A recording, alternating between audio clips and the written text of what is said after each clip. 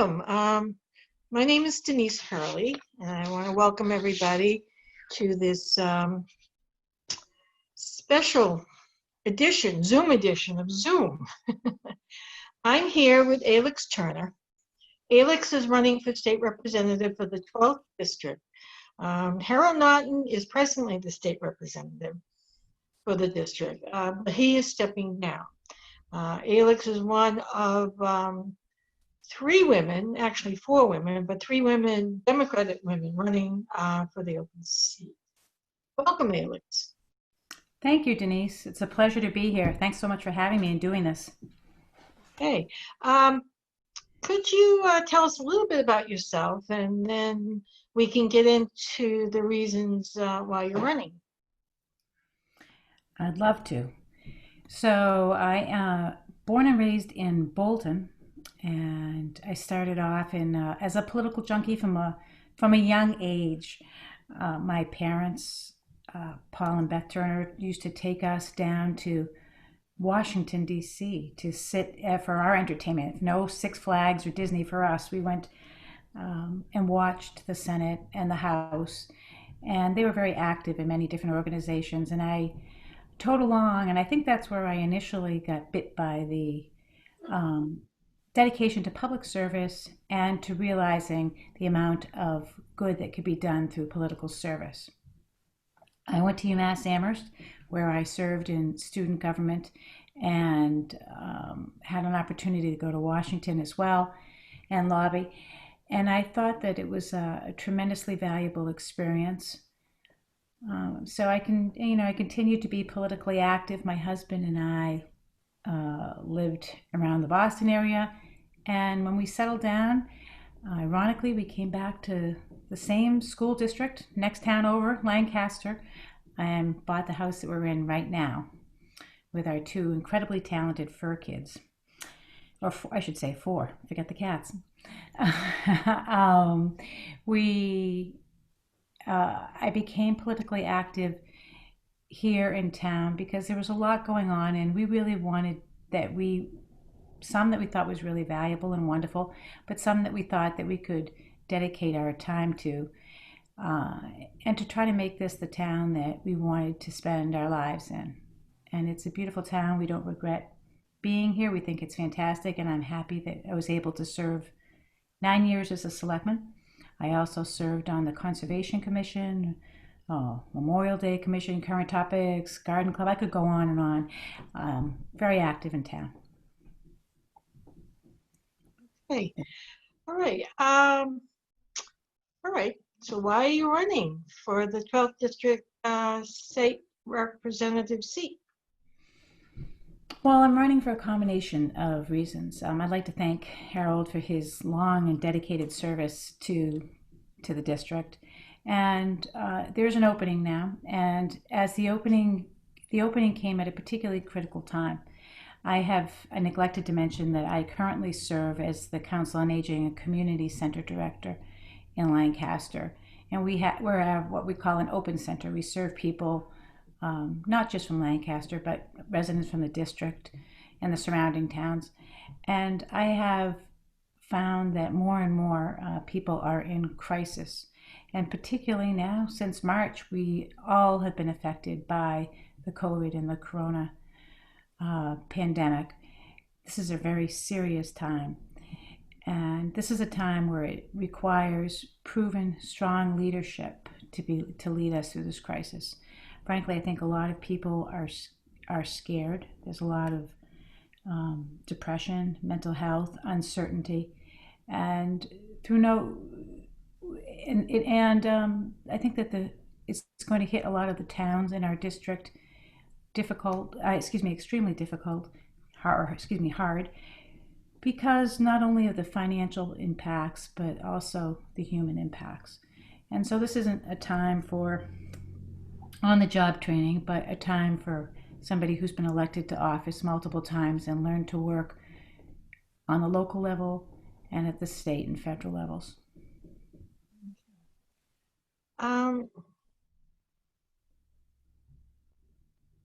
You will be representing 6 different towns, and different towns have different needs. How how will you assess the needs of each town and then address them? Um, would you hold office hours, town halls locally for your constituents? Will you take input from both the town administrators um, and townspeople regarding issues? Certainly.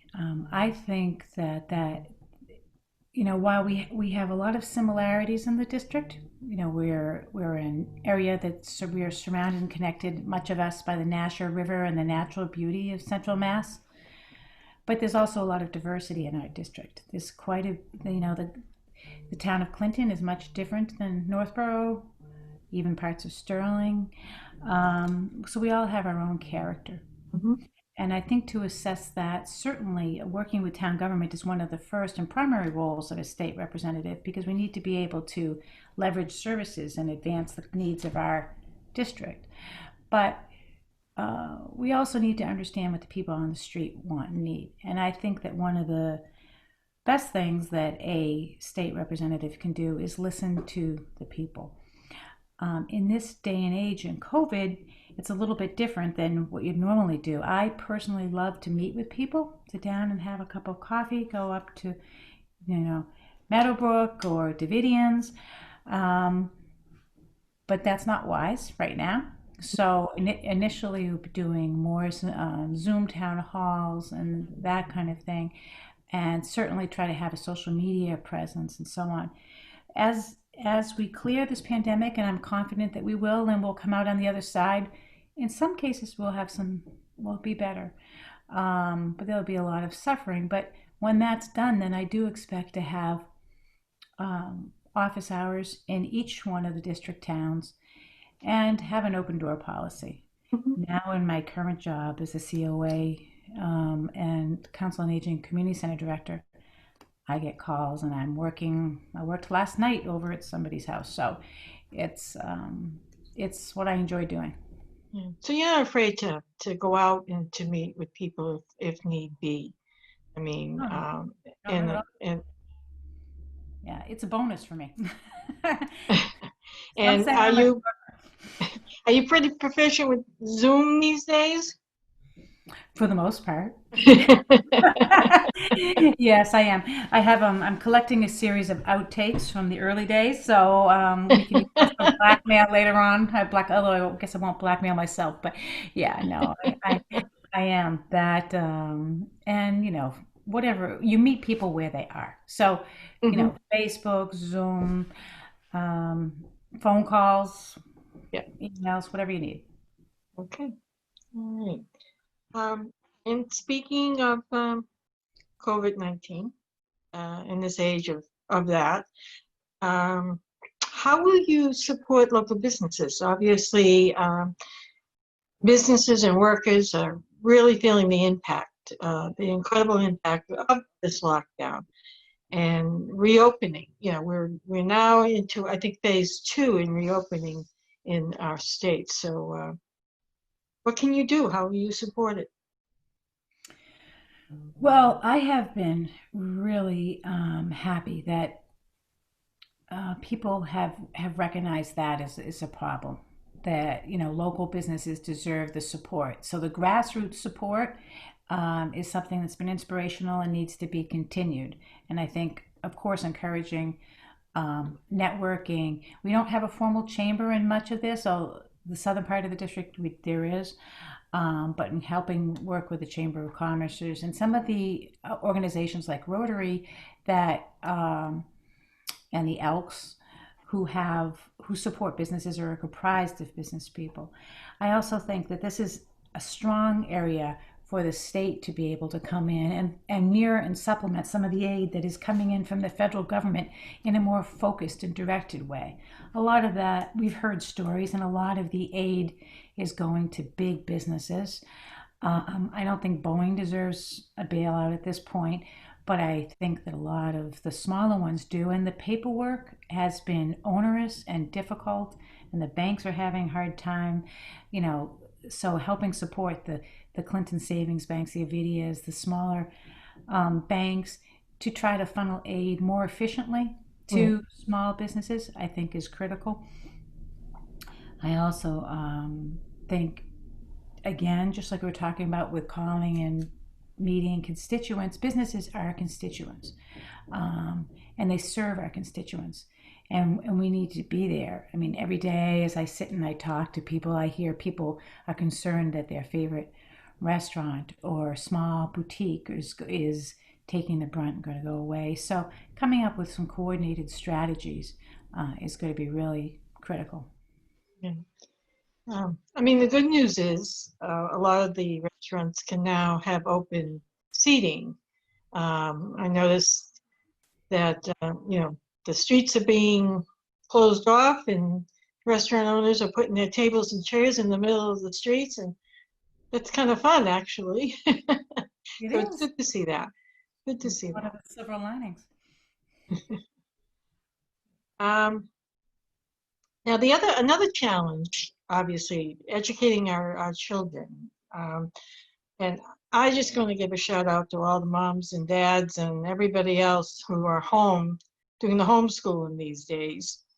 Um, what's your vision of the new educational system that will probably be brought forward? And how will you work with school administrations to help them navigate this? Well, what's the ancient Chinese proverb? May you live in interesting times. We do. And it is not just for those at highest risk that I work with every day. Children are being affected greatly. And as more and more is learned about the disease, we realize that it was prudent to try to be able to keep children home and their families home. In the short run, I think that, and by the short run, who knows when until we have a vaccine or herd immunity, we're going to have to try to alter our current system. So similar to the other themes that we've talked about with businesses and so on, meeting with the superintendents in the school systems, and I think it's a great opportunity to do this regionally, but also statewide. I've heard things talk, for example, people talking about shifts, so the need for smaller classes and so on. Um, but I'm not an educator, but I respect the people who are so well trained in our district. We have some amazing educators, including parents sitting at home with their homeschool. Um, and I suspect that the new normal is probably going to include some sort of distance learning as they've been doing right now, but they're missing a lot of the social. And the social is critical for development for children. So we're going to have to try to work especially hard to be able to come up with some solutions. And I think that the Department of Education is strong, very strong in Massachusetts, as are the teachers and some parents groups. So trying to work to facilitate that conversation and implement their decisions. But we do have to recognize that it's going to require support.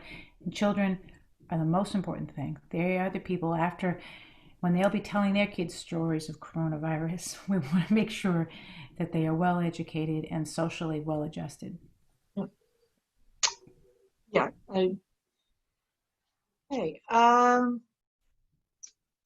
tell me a little bit about what gender equity is for you, and what does it, what does that mean for you? What does it mean? Well, gender equity means that um, anybody, regardless of their gender identity, should be given the same opportunities and same rewards without um, bias, without compromise. That means that men, women, people, or people who don't identify as either, anybody, you should be essentially gender blind. And that means that we should have equal pay for men and women for doing the same job. And we should have equal opportunities for people to get jobs. Maybe it's because I was a tomboy, but I was fortunate to be raised by, I'll call them hippies, so they were ahead of the time, parents who believed that.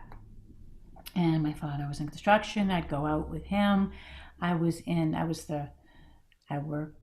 for Mercedes. I was the first woman salesperson.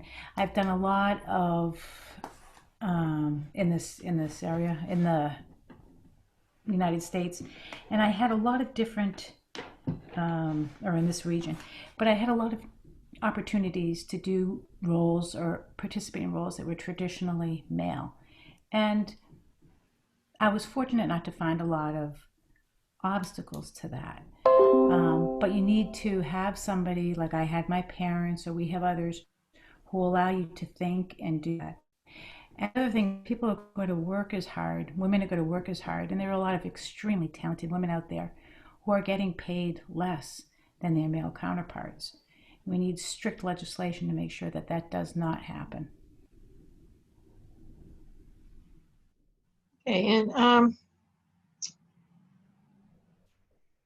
I'm interested about your feelings about how to address domestic violence in our society. Do you have any ideas about that? What we can do to help folks in those situations? Well, domestic violence is it's really it's not restricted to our society, but it's a worldwide problem, and it's a horrible problem.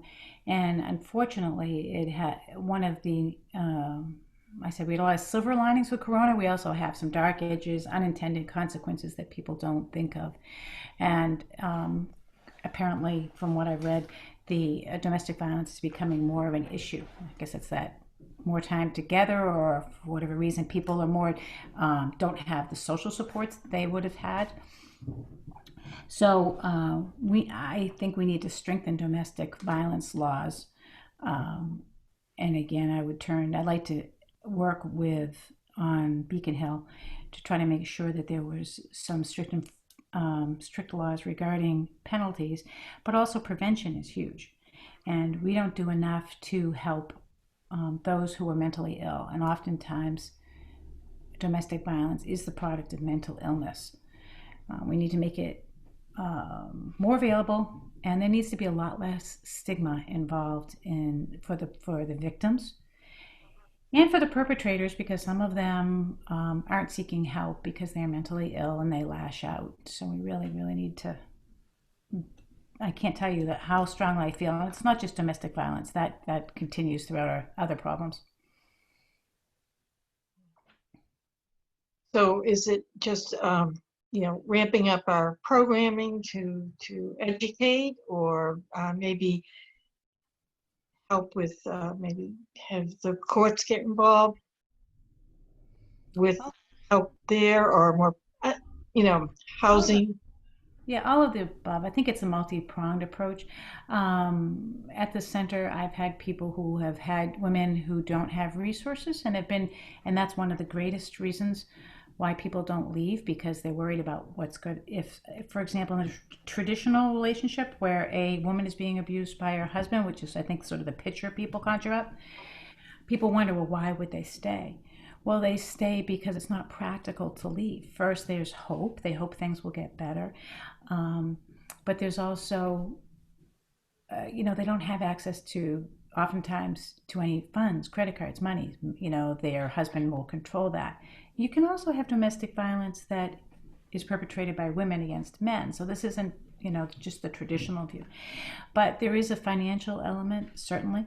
And I think that we can work with the financial sector to help that, legislative sectors, of course. It has to be, to work well, it has to be a broad approach, working with probably the Department of Public Health, Department of Mental Health, and our prisons and prison system. It's a big undertaking, but I think it's one that first step is you have to recognize you have a problem. And I think we do, but we need to put more to that. All right. Our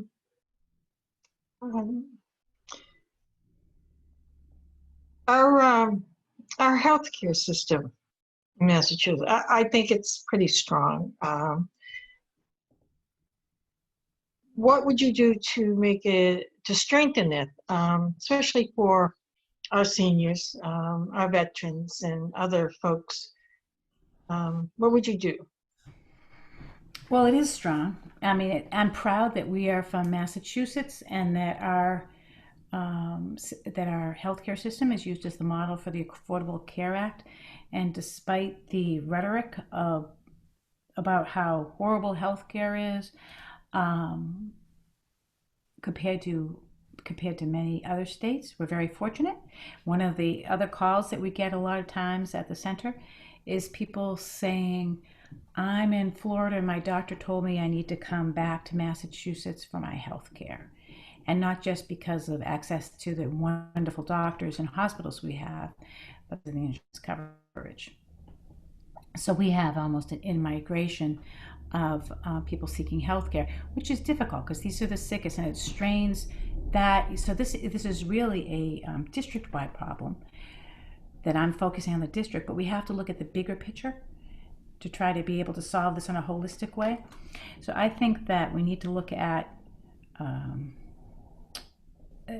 improving care federally and having this, but and the state has served as a model for a lot of things, a beacon really for doing this. But we need that federal support that we need to lobby for too, because our program is extremely expensive, and Beacon Hill needs to try to work to leverage that. Um, I think ultimately we're probably going to have to trend towards a single payer system, which is more efficient. Anybody who tries, even especially with our system, the amount of paperwork is expensive and onerous. And if you're in need of health care and not feeling well, it can be pretty frustrating. In some cases, it prevents people from getting care. So we need to try to figure out how to make this more efficient. All right. Climate change. How would you address that subject? What do you think needs to happen? Well, I'm a self-proclaimed tree hugger, hippie, whatever you want to call it. So Mm-hmm. long understood that climate change happened, and I do believe there's a man-made element in addition to the natural cycle. I think hopefully most people believe that now, but so again, we understand it's a problem. We admit there's a problem, and now what do you do about it? One of the biggest drivers of climate change problems in this area is transportation.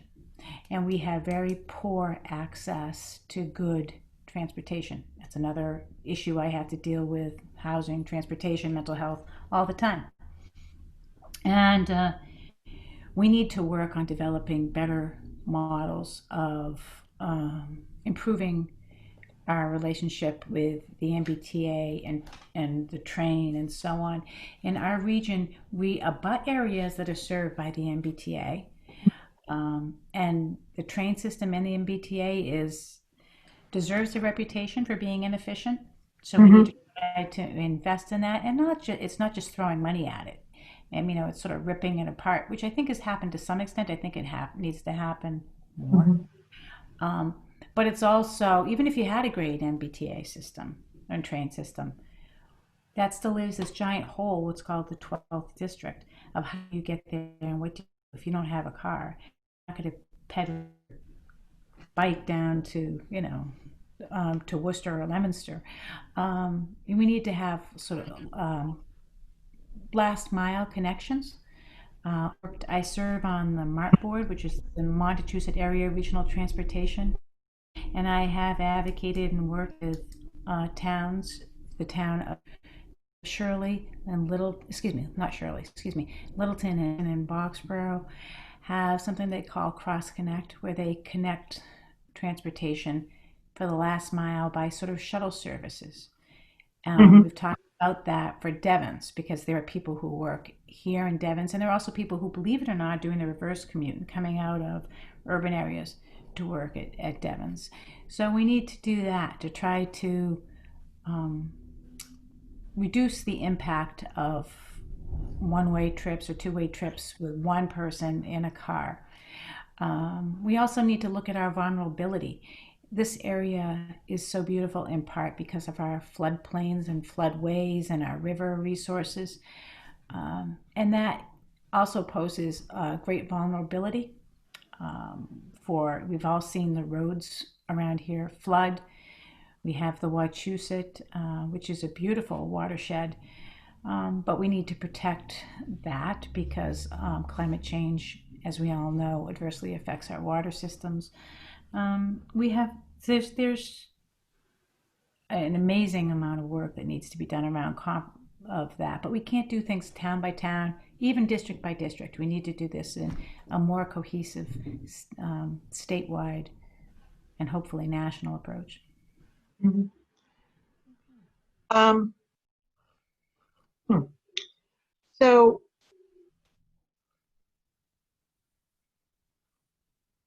what's your stance on gun violence? Massachusetts has some pretty strong gun laws in place.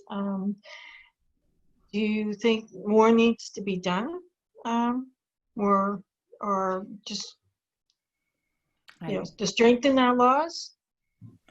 well, I always do. I think we live in sad times when you can see somebody in the neighboring state of Connecticut walk into the Newtown schools and kill people with kill many children um, with an automatic weapon.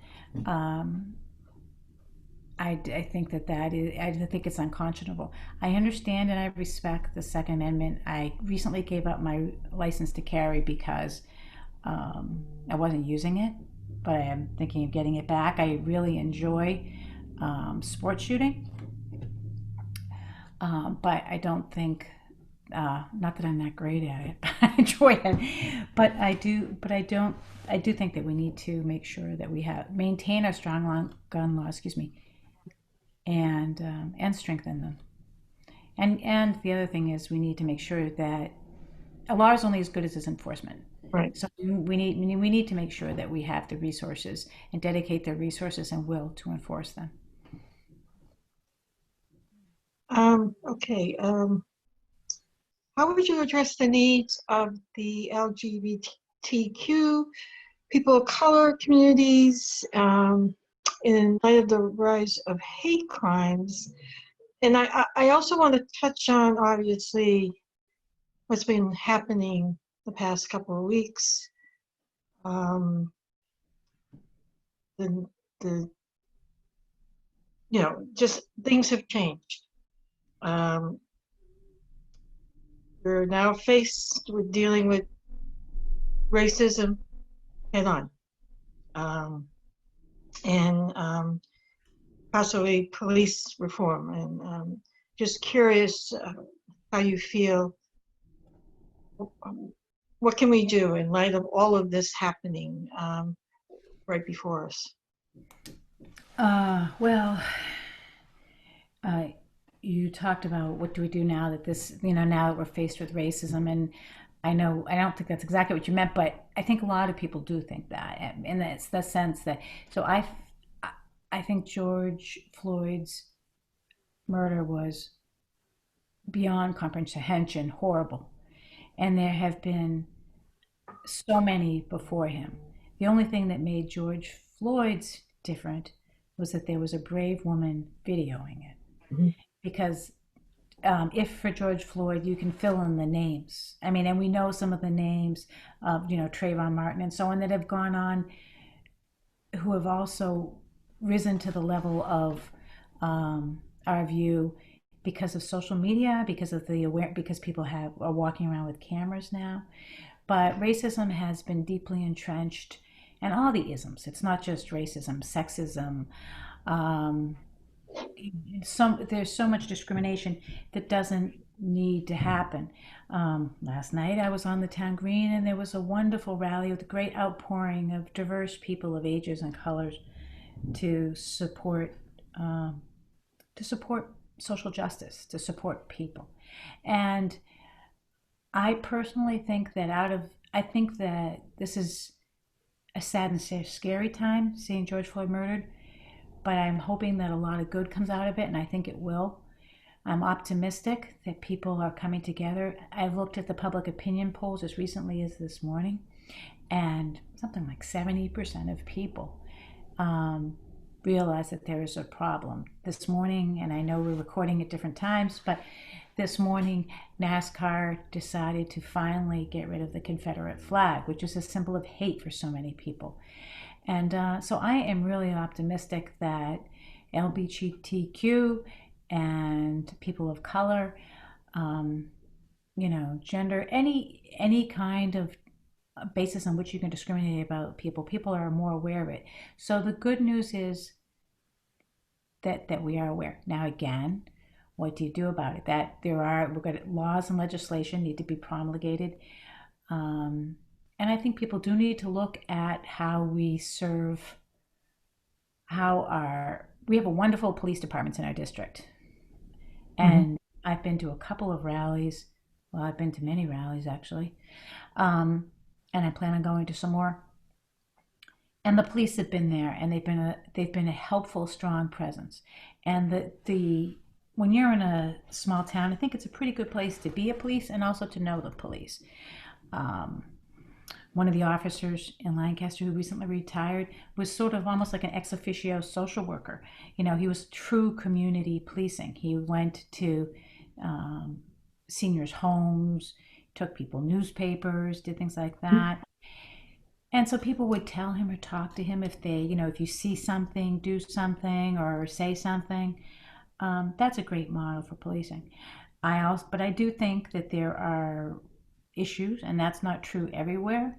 And even in small towns, you can have problems. So legislators are going to have to start looking at how do you monitor, stop, or again, try to prevent problems. The discussion, I think at the state level, there has to be a discussion about some uniformity. Body cameras, those seem to be a good tool, both to protect the police from unfair accusations and to give this, but also to record things like George Floyd's murder, which there was absolutely no excuse. I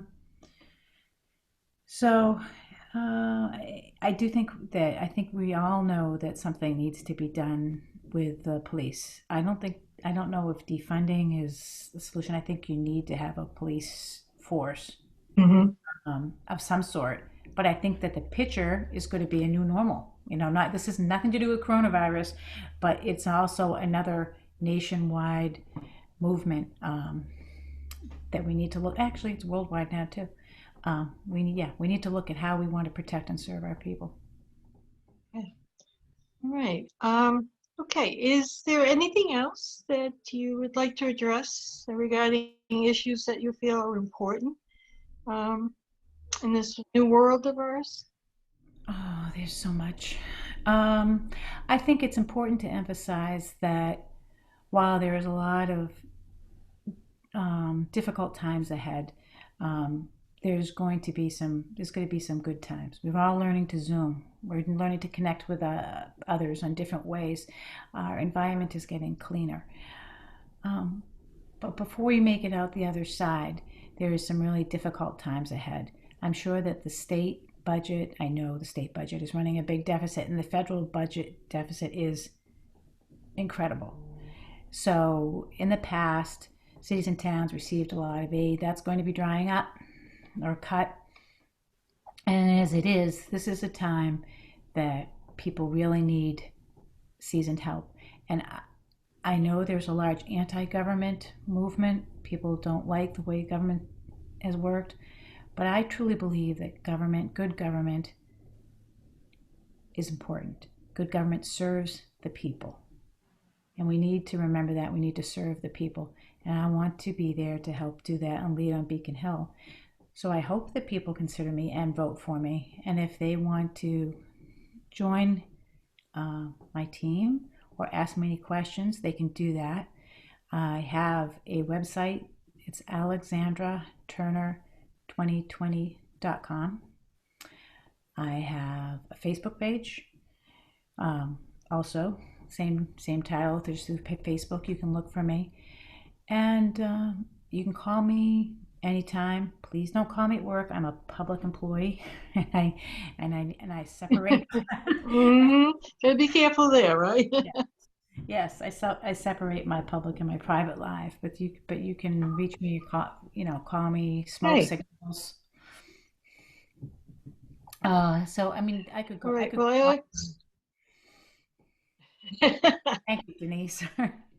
I know Well, you I need. want to thank you for coming on the show. Thank you for answering my questions and giving us an insight in who you are and your thoughts, and we really appreciate it. And I wish you the very best in your campaign. Thank you so much. Okay. Take care. Okay, and I'll leave you here, and thanks for joining in. My name is Denise Hurley. Thanks a lot.